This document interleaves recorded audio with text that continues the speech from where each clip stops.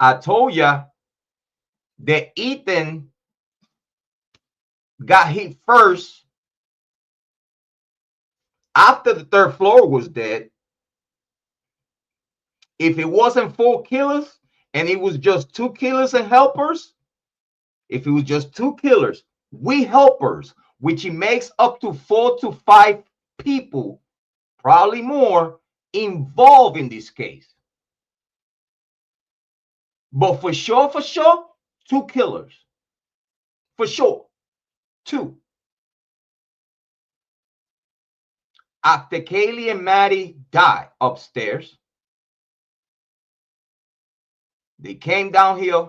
They came downstairs to the second floor, found Ethan in the living room with Santa and the others. They all witnessed and heard what was happening on third floor. They were all in the living room. Facts. This is why people hate me, because they cannot say what I say because they don't fucking know.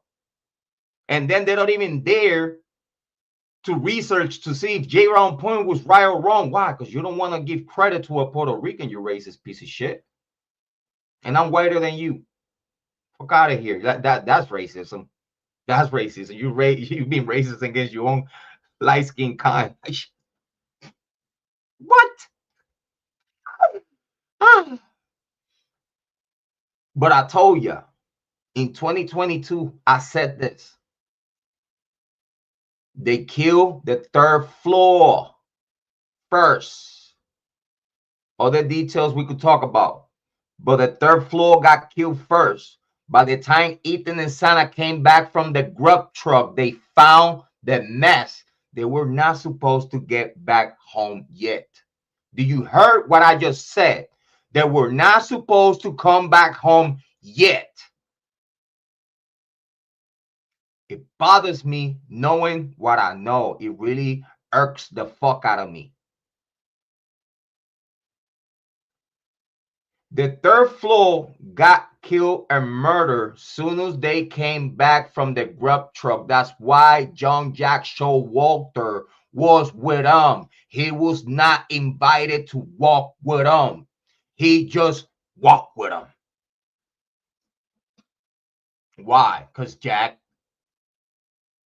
you don't get it yet? You don't get it yet. Make sure they make it back home safe. We'll be there. Huh? Do you remember those words? Do you? John Jack, make sure they get home safe. Wink, wink. And what happened? They left you behind.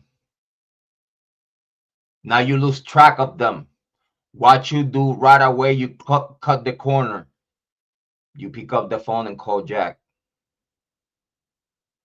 They're on their way. And by the time they got there, Jack and everybody else were ready to kill him. It's not far-fetched to say that Maddie's boyfriend is hand in hand with Jack. Best of friends. It's not hard to believe that Jack and Jake received Kiely and Maddie when they got home. Remember, last time ever Jack Decor is gonna see Kiely. Literally.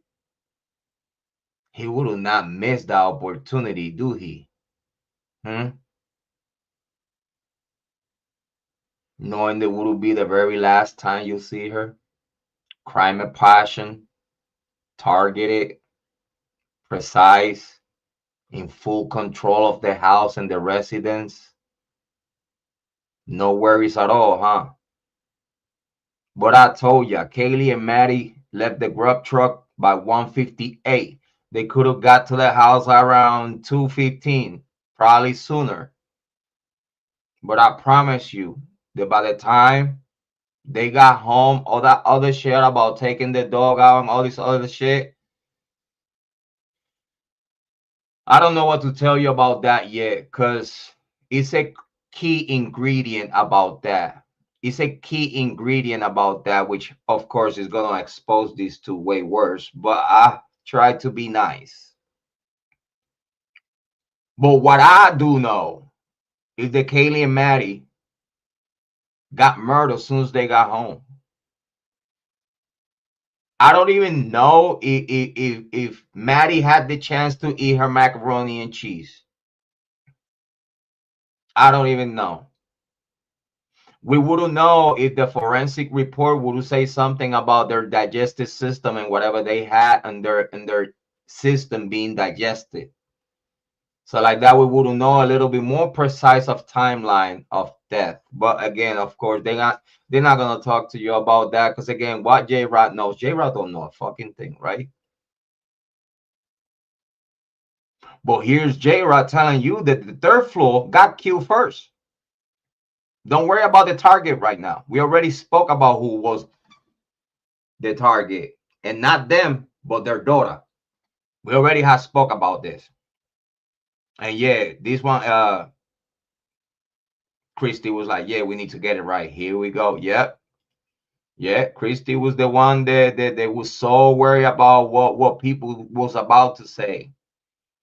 You know what I mean?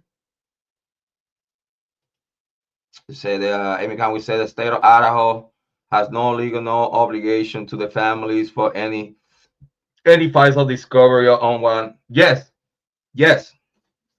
The problem here is the Steve Goncalves had the forensic report in 2022.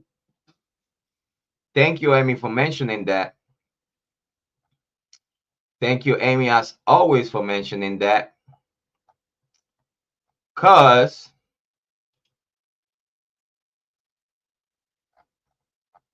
hold on. Let me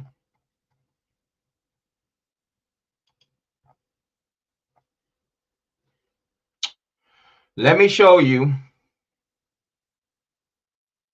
real quick. I'm gonna get back to the chat, Amy. Let me show you exhibit number 1.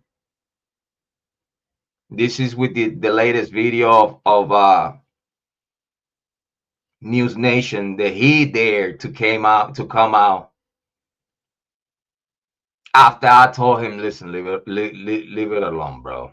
Like you just gonna cook yourself, stupid. I got you. I'm cooking.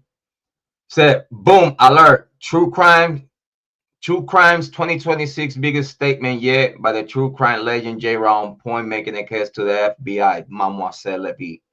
How can a parent losing one of their daughters in the way and manner Kiely died is going to lie about it all? In this case, gets caught lying multiple times by the true crime community. But here we are once again, Steve Goncalves getting caught lying about not knowing the details of your own daughter forensic report. When you said on the news that you had the forensic report, right? Also said that you paid for it. And that was your right to know what happened to Kiely as a parent, right? So that means when you got told, which it came out of your mouth, I was about to curse. Let me be nice. But it came out of your mouth, okay? When y'all said that y'all heard about Kiely dying, right? So that means that when you got told by someone Kiely was shot and killed, they were telling you the truth. Because it was confirmed to you by the forensic report that you had in your possession in 2022, Steve. You knew your daughter was shot in the face. Bill Thompson and Ann Taylor knew Kiely was shot multiple times in the face and sliced to death. Y'all knew this. But now that the whole world knows that family members like the Goncalves knew all along, played the part while getting paid for it, what the fuck? This is how we all knew the University of Idaho and Moscow PD was protecting Jack Decor and friends, aka the frat boys, with the help of the Goncalves family and others. What a shameful pair of parents and siblings is the Goncalves family that, knowing the truth,